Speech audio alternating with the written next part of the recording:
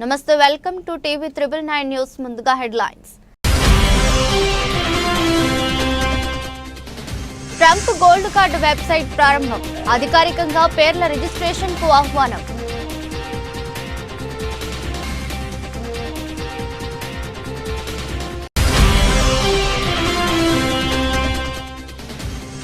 అహ్మదాబాద్ విమాన ప్రమాదం. మృత్యుంజయుడిని పరామర్శించిన ప్రధాని మోదీ.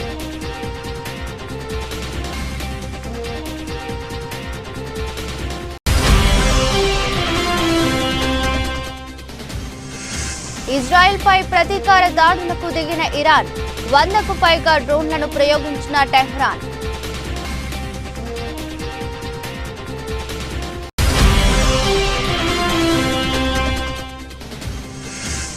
చాప కింద నీరులా కరోనా కేసులు. రాష్ట్రంలో 12 కోవిడ్ కేసులు నమోదు.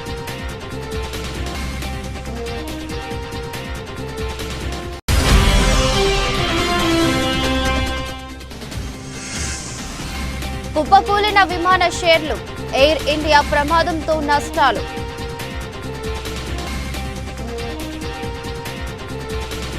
ఎంతో కాలంగా ఊరిస్తూ వస్తున్న గోల్డ్ కార్డు రిజిస్ట్రేషన్ కు సంబంధించిన వెబ్సైట్ ని అమెరికా అధ్యక్షుడు డొనాల్డ్ ట్రంప్ బుధవారం ప్రారంభించారు.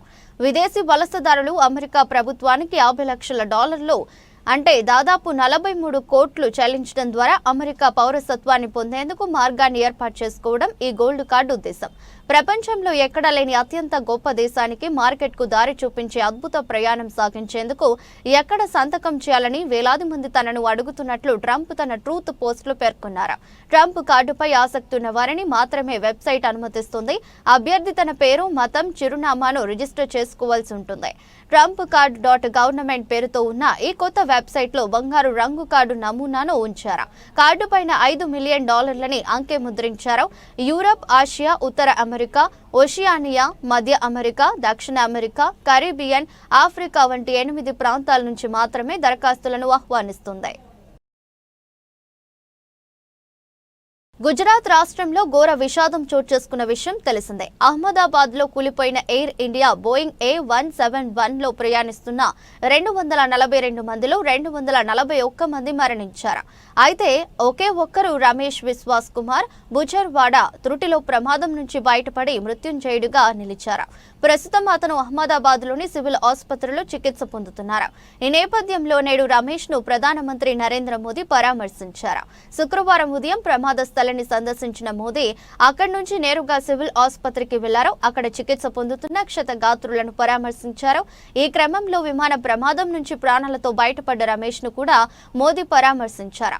ఆరోగ్య పరిస్థితి గురించి వివరాలు అడిగి తెలుసుకున్నారు. అనంతరం అతడికి ధైర్యం చెప్పారు. అండగా ఉంటామని హామీ ఇచ్చారు. ఇందుకు సంబంధించిన వీడియో ప్రస్తుతం వైరల్ అవుతుంది.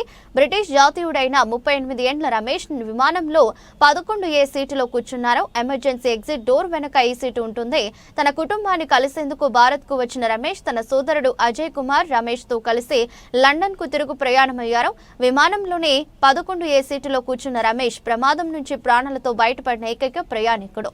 విమానం టేక్ ఆఫ్ అయిన 30 సెకండ్లకే భారీ శబ్దం వినిపించిందని, అందులోనే విమానం కూలిపోయిందని తెలిపాడు. అంత క్షణాలలో జరిగిపోయిందని రమేష్ చెప్పుకొచ్చారు. ప్రమాదంలో రమేష్ కు ఛాతీ, కాళ్లకు బలమైన దెబ్బలు తగిలాయి. అంతకుముందు విమానం కూలిపోయి దగ్ధం అవుతుండగా గాయపడిన రమేష్ అంబులెన్స్ వైపు నడుచుకుంటూ వస్తున్న దృశ్యాలు సోషల్ మీడియాలో వైరల్ అవుతున్నాయి. విమానంలో ఇతర ప్రయాణికుల పరిస్థితి గురించి స్థానికులు రమేష్ ను అడగడం కనిపించింది. విమానం పేలిపోయిందని గుజరాతీలో రమేష్ చెప్పడం వినిపించింది. ఎయిర్ ఇండియాకు చెందిన బోయింగ్ 787-8 లో 11A seat economy class cabin కు చెందిన మొదటి వరుసలో ఉంటుంది. బిజినెస్ క్లాస్ కి వెనుక ఉంటుంది. క్యాబిన్ కి అభిముఖంగా కూర్చొని చూస్తే ఎడమ వైపున 11A సీటు ఉంటుంది. విమానం రెక్కలు ఉండే ప్రదేశానికి 2 వరుసల ముందు ఈ విండో సీటు ఉంటుంది. ప్రమాద సమయాలలో సురక్షిత సీటుగా పరిగణించే 11A సీటు ఎమర్జెన్సీ డోర్ కు వెనకనే ఉంటుంది.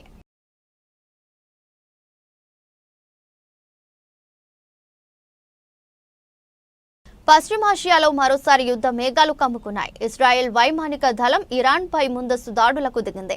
అణు కర్మాగారాల సైనిక స్థావరాలే లక్ష్యంగా టెహ్రాన్పై బాంబుల వర్షం కురిపించింది. శుక్రవారం ఉదయం దేశ రాజధానిలో పేలుళ్ల శబ్దం వినిపించడంతో స్థానికులు భయాందోళనకు గురయ్యారని ఇరాన్ అధికార మీడియా వెల్లడించింది. దీనికి ప్రతిగా టెహ్రాన్ సైతం ఇజ్రాయెల్పై ప్రతీకార దాడులకు దిగింది.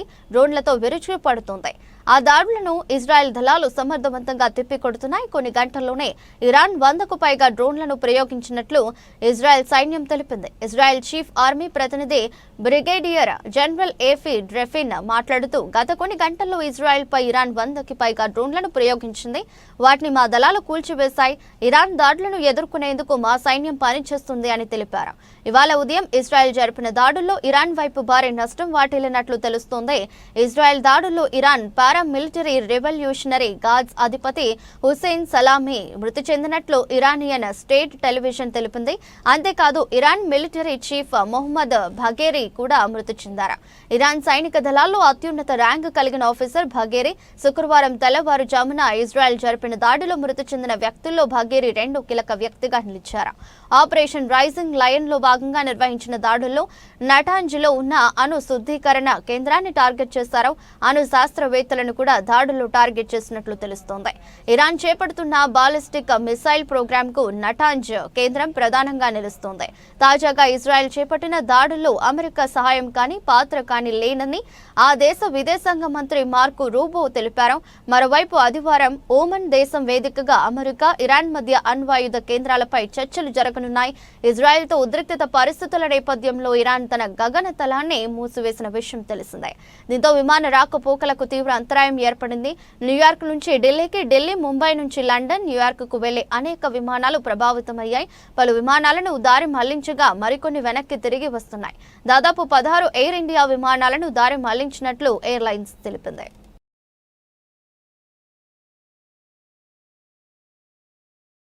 పద్దెనిమిది నెలల నుంచి ముఖ్యమంత్రిగా రేవంత్ రెడ్డి చేసింది ఏంటి? కేసీఆర్, కేటీఆర్, హరీష్, బీఆర్ఎస్ నేతలను జైల్లో వేయాలనే ఆలోచన తప్ప రాష్ట్రం కోసం ఆలోచన లేదు. బీఆర్ఎస్ పార్టీ కార్యకర్తలను, సోషల్ మీడియా వారియర్స్ ను, కొంతం దిలీప్ లాంటి వారిని అరెస్ట్ చేయడం తప్ప తెలంగాణకు ఏమి చేశావు? ఒక్కసారి ఆత్మ విమర్శ చేసుకో. కేసులపై పెట్టే సమయాన్ని పాలనపై పెట్టు. 100 రోజుల్లో 6 గ్యారంటీలు, 420 హామీలు అన్నావు. ఏమైంది? 600 రోజులైనా గ్యారంటీలు అమలు కాలేదు. ఇప్పటికైనా ఉద్దర మాటలు బంద్ చేయి. రేవంత్ అని ఎమ్మెల్యే వేముల ప్రశాంత్ రెడ్డి మండిపడుతున్నారు.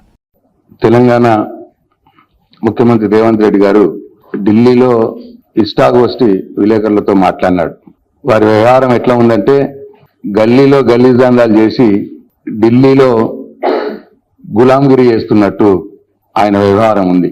ఎందుకంటే ఆయన మాటలే పాపం. ఆయన 2 రోజులుగా ముఖ్యమంత్రిగా మంత్రులకు తన శాఖను తాను ఇచ్చుకోలేని స్థితిలో 2 రోజులుగా ఢిల్లీలో పడగాపులు కాసి వాళ్ళ అధినాయకుల అపాయింట్మెంట్లు కూడా దొరకని నిస్సహాయ స్థితిలో ఆ ఫ్రస్ట్రేషన్ లో ఆయన ఇష్టాగోష్ఠిలో మాట్లాడినట్టు కనిపిస్తా ఉన్నది. కేసీఆర్ గారు, కిషన్ రెడ్డి గారు ఒక్కటే అన్న మాట మాట్లాడినాడు. నిజానికి వాస్తవంగానైతే రేవంత్ రెడ్డి గారు, బీజేపీ ఒకటి. వాళ్ళ దోస్తాను ఎప్పటికప్పుడు అనేక సందర్భాల్లో బయటపడ్డది. ఉదాహరణకు బీజేపీ ఎంపీ విశ్వేశ్వరరెడ్డి గారు మీడియాలో చెప్పినాడు, రేవంత్ రెడ్డి గారు కాంగ్రెస్ పార్టీ తరఫున వీక్ క్యాండిడేట్లను మొన్న ఎంపీ ఎన్నికల్లో నిలబెట్టి మా బీజేపీ ఎంపీలు గెలవడానికి హెల్ప్ చేసినారు అని చెప్పి బీజేపీ ఎంపీ విశ్వేశ్వరరెడ్డి గారు స్వయంగా చెప్పినారు మీడియాలో. ఆయన చెప్పిన దాంట్లో వాస్తవం ఉంది నిజంగా.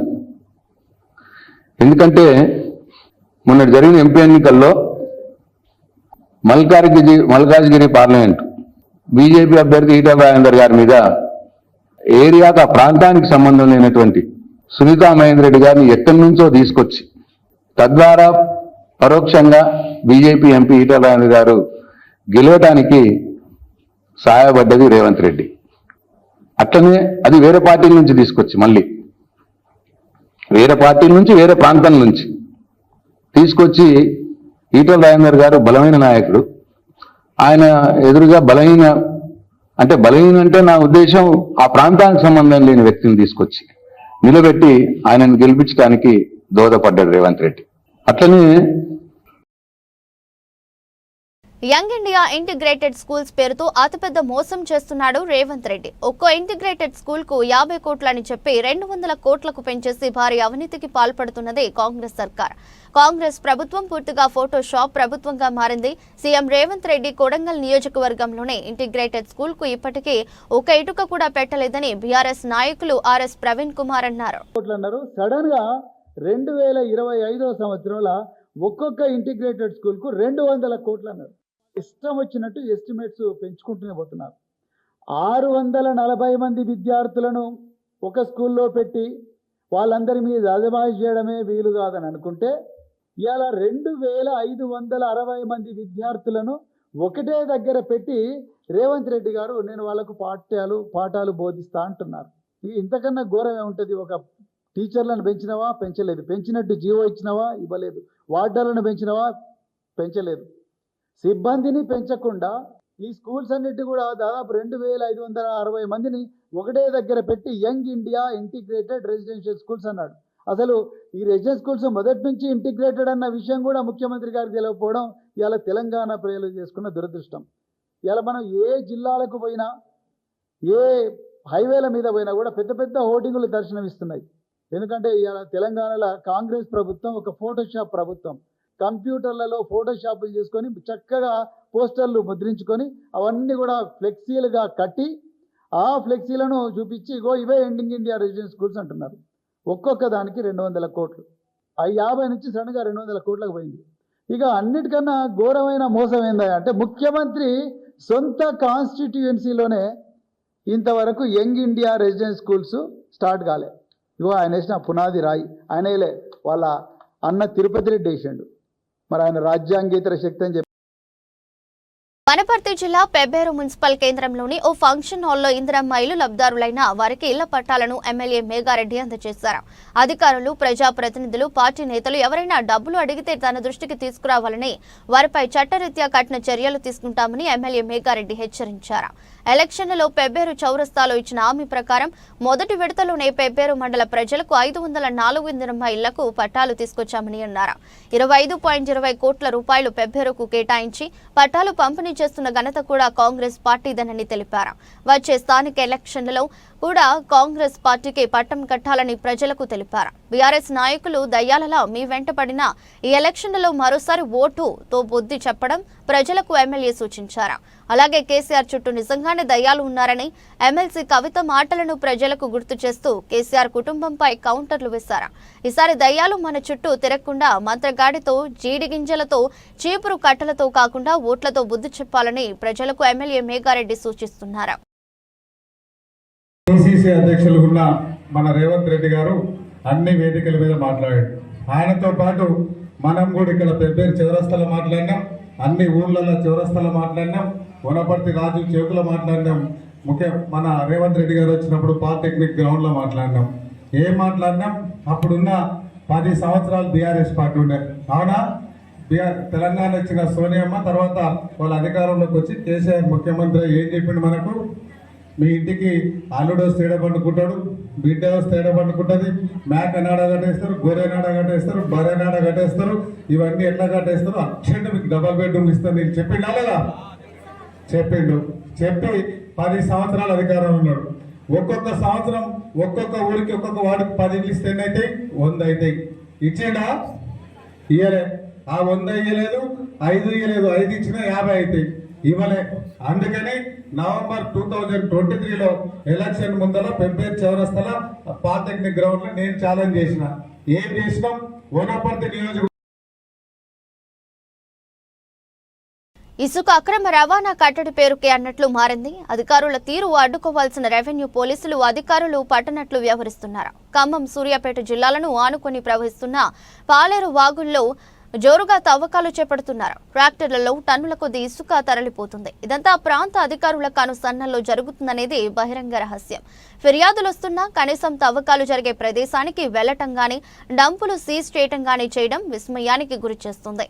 నియోజకవర్గంలో కోదాడ మండలంలోని మంగాల్ తండా, నల్లబండగూడెం, అనంతగిరి మండలంలోని చనుపల్లి, పాలవరం, కృష్ణపురం, మోతే మండలాల్లోని ఊర్లకొండ గ్రామాల్లోని పరివాహక ప్రాంతాలను ఆనుకునే పాలేరు వాగు ప్రవహిస్తుంది. వాగులో ఇసుకను దళారులు బకెట్ల సహాయంతో పడవలో ఇసుకను నింపుకుని ఒడ్డున పోసి ట్రాక్టర్లను ఎగుమతి చేస్తున్నారు. గ్రామాల్లో ఎక్కడ చూసినా ఇసుక దిబ్బలు దర్శనమిస్తున్నా పట్టించుకునే నాదుడే కరువయ్యారని ప్రజలు వాపోతున్నారు.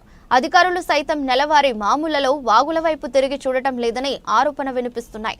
యథేచ్ఛగా ఇసుక మాఫియా బరితెగించి ఒక్కొక్క ట్రాక్టర్కు ₹1000 దండుకుంటున్నారని వినియోగదారులు తెలుపుతున్నారు. ఇసుక తవ్వకాలకు అనుమతి లేదని చెబుతున్న అధికారులు చర్యలు తీసుకోకపోవడంలో అర్థం కావడం లేదని గుసగుసలు వినిపిస్తున్నాయి. రెవెన్యూ, పోలీస్, మైనింగ్ అధికారులు ఒకరిపై ఒకరు పట్టించుకోవట్లేని సాగులు చెబుతూ పరోక్షంగా ఇసుక దళారులకు బాసటగా నిలుస్తున్నారు. ఇసుక మాఫియాపై చర్యలు తీసుకోవాలని స్థానిక ప్రజలు కోరుతున్నారు. తెలంగాణలో కాంగ్రెస్ పాలన అస్తవ్యస్తంగా తయారైందని, 3 ఏళ్లు ఎలా గడుస్తాయో అని ప్రజలు ఆందోళనకు గురవుతున్నారని దుబ్బాక ఎమ్మెల్యే కొత్త ప్రభాకర్ రెడ్డి ఆందోళన వ్యక్తం చేశారు. చేగుంటలో ఆయన విలేకరులతో మాట్లాడారు. గతంలో ఎప్పటికప్పుడు అన్ని శాఖలపై జిల్లా మంత్రి సమీక్షలు నిర్వహించేవారని, నేడు జిల్లా మంత్రి ఇన్ఛార్జి మంత్రులు కానీ రావడం లేదన్నారు. పాఠశాలలు ప్రారంభమైన సమీక్షలు లేవన్నారు.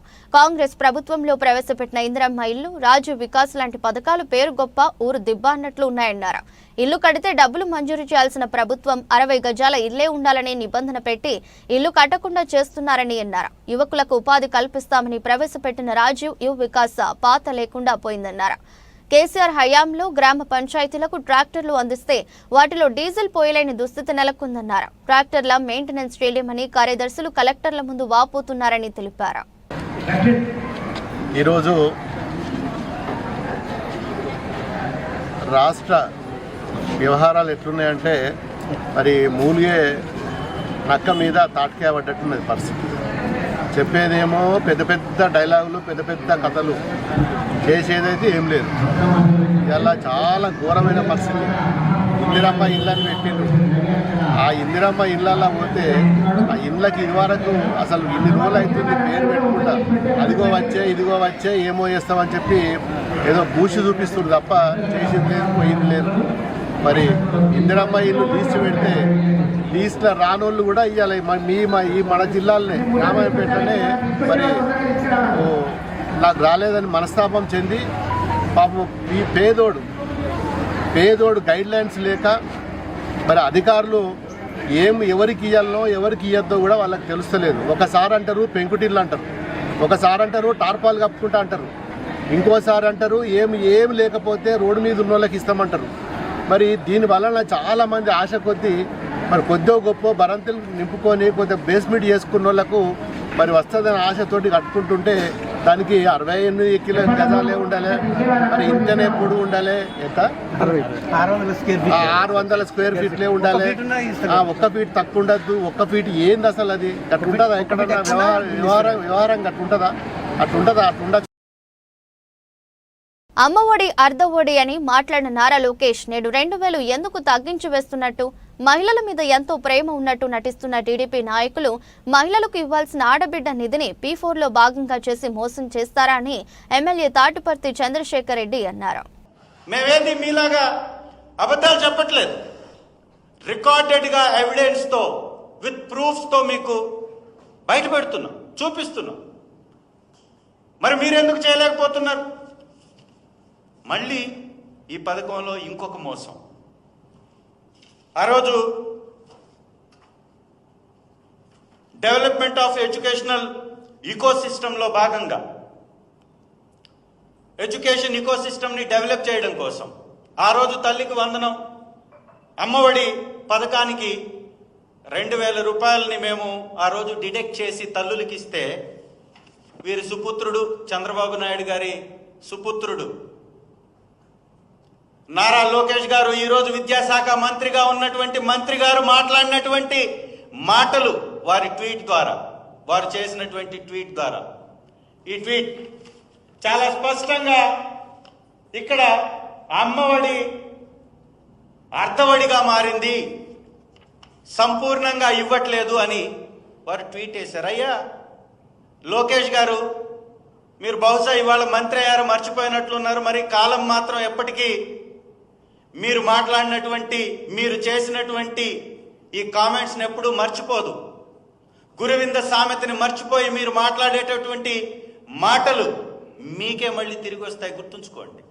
ఇవాళ నేను అడుగుతున్నాను, మీరు ఇచ్చినటువంటి, మీరు వేసినటువంటి ఈ ట్వీట్లో అమ్మఒడి అర్ధఒడి అన్నారే, మరి ఇవాళ మీరు కూడా 2000 రూపాయలు కట్ చేసి ప్రతి తల్లికి ఇవ్వాల్సినటువంటి మీ హామీలో నుంచి 2000 రూపాయలని కట్ చేసి మీరు ఇస్తున్నారు కదా.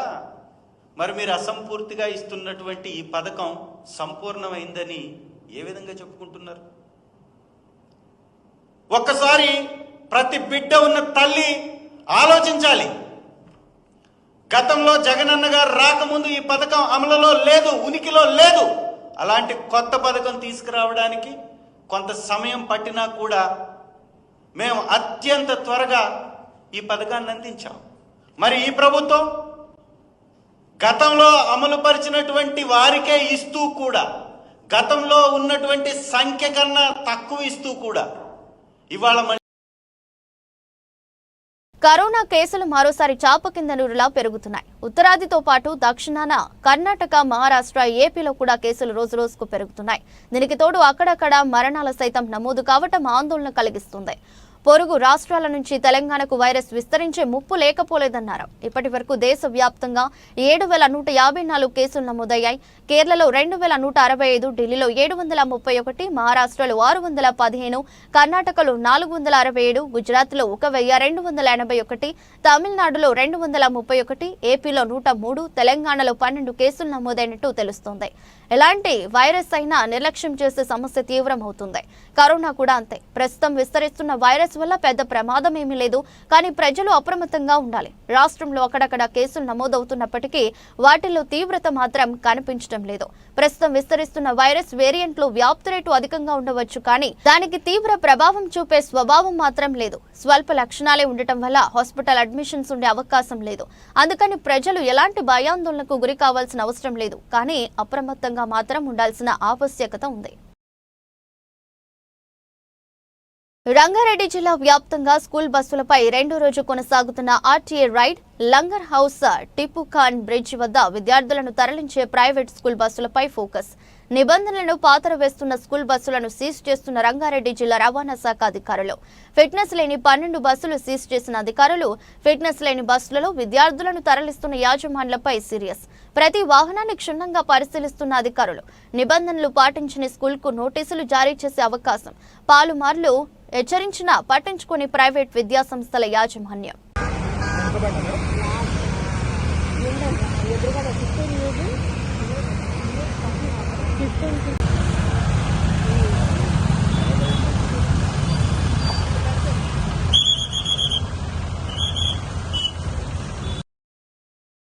వైఎస్ఆర్ కడప జిల్లా పులివెందులలో టీడీపీ జెండాలు తొలగించారంటూ 3 మైనర్ బాలుర సహా 4 అరెస్ట్ చేసిన సంఘటన. మహిళలు పులివెందుల పోలీస్ స్టేషన్ ఎదుట ఆందోళన నిర్వహించారు. తమ పిల్లలు ఎక్కడున్నారో చూపాలంటూ పోలీస్ స్టేషన్ను మహిళలు చుట్టుముట్టారు. మైనర్లు అని కూడా చూడకుండా స్టేషన్లు మార్చి కొడుతున్నారంటూ వారు ఆరోపించారు. మహానాడు పూర్తయినా వైఎస్ఆర్ విగ్రహాల వద్ద టీడీపీ జెండాలు తొలగించలేదని వారు ఆరోపించారు. మున్సిపల్ కమిషనర్, డీఎస్పీలకు ఫిర్యాదు చేసినా ఫలితం శూన్యమని వారు ఆవేదన వ్యక్తం చేస్తున్నారు. వాళ్ళ మేనమామి సార్ పిలిచిపోయింది వాడికి, మాది కనంపల్ల. వాడి ఇంటికాడు ఉన్నాడు నా కొడుకు. నేనైనా అన్నాను, ఎందుకు పిలిచిపోతున్నారో, ఏం కోసం పిలిచిపోతున్నా అని చెప్పినాను. కానీ తనైతే ఏమన్నాడంటే ఎక్కడ లేదులే ఇక్కడే అని చెప్పినాడు. నేనుండి వద్దురా పిలుచుకోవద్దు, వానికి ఏం తెలియదు, చిన్నపిల్లడు కదా అంటే లేదు మేము ఇక్కడే పోతున్నాం అన్నాడు సార్. నేనేదో తినే తీసుకున్నాను అనుకున్నాను. మాకైతే ఏ పగలు లేవు సార్, ఏ పార్టీ మీద. మాకు చంద్రబాబు సార్ మీద పార్టీ లేదు, ఎవరి మీద లేదు సార్. మాకు మా పిల్లలను చూపియాలి సార్. 10th క్లాస్ ఇప్పుడు 15 సంవత్సరాలు ఉన్నాయి బాబుకి. 15 సంవత్సరాలు ఉన్నాయి. వాడు వచ్చి ఇంటికాడ వచ్చి పిలుచుకుపోయినాడు, కానీ నా కొడుకు పోవాలని పోలేదు సార్. వాళ్ళే వచ్చి నాకు మా తమ్ముడు వచ్చి పిలుచుకుపోయినాడు సార్. అదే సార్ జరిగింది అక్కడ. అక్కడ నుంచి మరి సాయంకాలం మేము ఫోన్ చేసినాము సార్.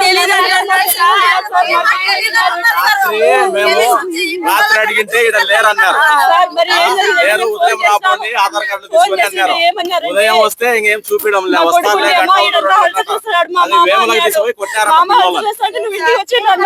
పిల్లలు సార్ కొట్టేదానికి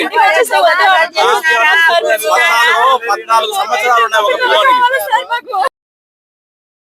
గుజరాత్ లో జరిగిన ఎయిర్ ఇండియా ఘోర విమాన ప్రమాదం దేశీయ స్టాక్ మార్కెట్లను ప్రభావితం చేసింది. అహ్మదాబాద్ లోని అంతర్జాతీయ విమానాశ్రయం నుంచి గురువారం మధ్యాహ్నం లండన్ కు బయలుదేరిన ఫ్లైట్ టేక్ ఆఫ్ అయిన కొద్దిసేపటికే కుప్పకూలింది. ఈ నేపథ్యంలో అటు బాంబే స్టాక్ ఎక్స్చేంజ్, ఇటు నేషనల్ స్టాక్ ఎక్స్చేంజ్ లో నమోదైన ఆయా విమానయాన రంగ కంపెనీల షేర్లు పెద్ద ఎత్తున అమ్మకాల ఒత్తిడికి లోనయ్యాయి. మదుపరులు భారీగా పెట్టుబడుల ఉపసంహరణకు దిగారు. దేశీయ విమానయాన రంగ దిగ్గజ సంస్థ ఇంటర్ గ్లోబ్ ఏవియేషన్ లిమిటెడ్ షేర్ల విలువ భారీగా క్షీణించింది. ఈ ఒక్కరోజే ఎన్ఎస్ఈలో ఇండిగో స్టాక్ ధర 187 పతనమైంది. ఇది కంపెనీ షేర్ విలువలో 3.32% సమానం. చివరకు 5,444 రూపాయల వద్ద స్థిరపడింది. ప్రమాద ఘటనతో విమాన ప్రయాణ రక్షణపై ఏర్పడిన భయాలు ఎయిర్లైన్ స్టాక్స్ ను ఒకసారిగా సెల్లింగ్ షేర్లలోకి నెట్టాయని మార్కెట్ నిపుణులు ట్రేడింగ్ సరళిని విశ్లేషిస్తున్నారు. విమానయాన అనుబంధ రంగాల కంపెనీల షేర్లు నష్టాలకు గురయ్యాయి. Unimech aerospace, Hindustan aeronautics, Bharat dynamics, Taneja aerospace, Taal enterprises, MTAR technologies, Azad engineering తదితర కంపెనీల షేర్ల విలువ 4.20% నుంచి 1.34% వరకు పడిపోయింది.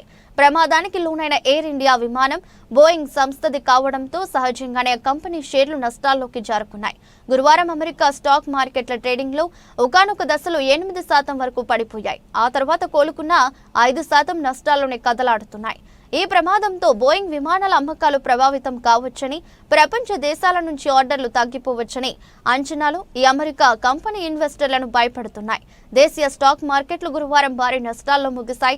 సెన్సెక్స్ 823.16 పాయింట్లు దిగజారి 81,691.98 వద్ద ముగిసింది. ఇక ఎన్ఎస్ఈ సూచీ నిఫ్టీ సైతం 253.20 పాయింట్లు లేదా 1.01% కోల్పోయి 24,888.20 వద్ద స్థిరపడింది. దీంతో వరుస లాభాలకు బ్రేక్ పడ్డట్టయింది. అంతర్జాతీయ స్టాక్ మార్కెట్ల నుంచి ప్రతికూల సంకేతాలు, మిడిల్ ఈస్ట్ దేశాల ఉద్రిక్తతల నడుమ ఉదయం ఆరంభం నుంచే సూచీలు నష్టాల్లో నడిచాయి.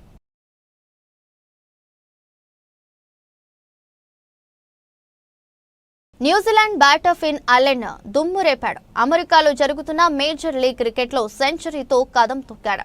టీ20 క్రికెట్లో సరికొత్త రికార్డు క్రియేట్ చేశాడు.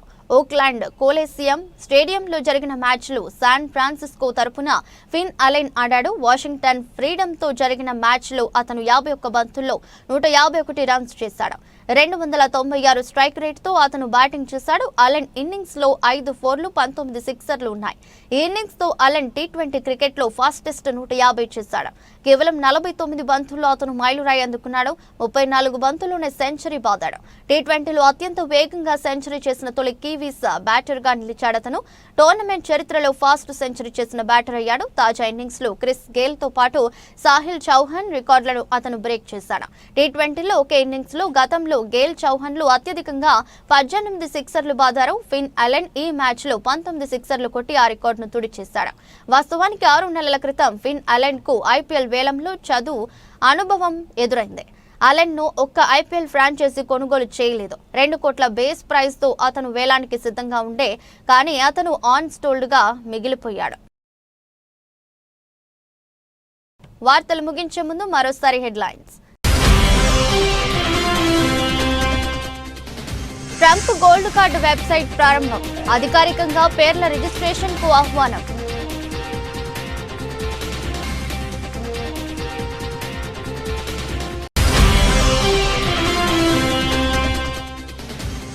అహ్మదాబాద్ విమాన ప్రమాదం. మృత్యుంజయుడిని పరామర్శించిన ప్రధాని మోదీ.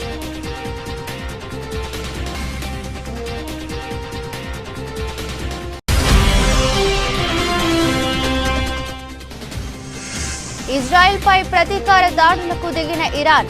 100కు పైగా డ్రోన్లను ప్రయోగించిన టెహ్రాన్.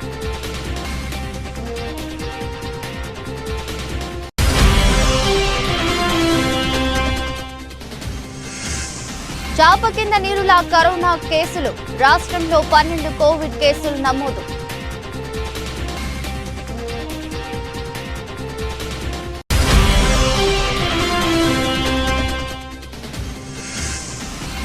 కుప్పకూలిన విమాన షేర్లు.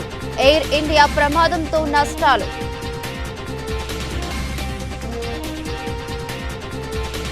ఇది రెస్ట్ బులెటిన్. మరో బులెటిన్లో మళ్ళీ కలుద్దాం. అంతవరకు సెలవు. నమస్కారం.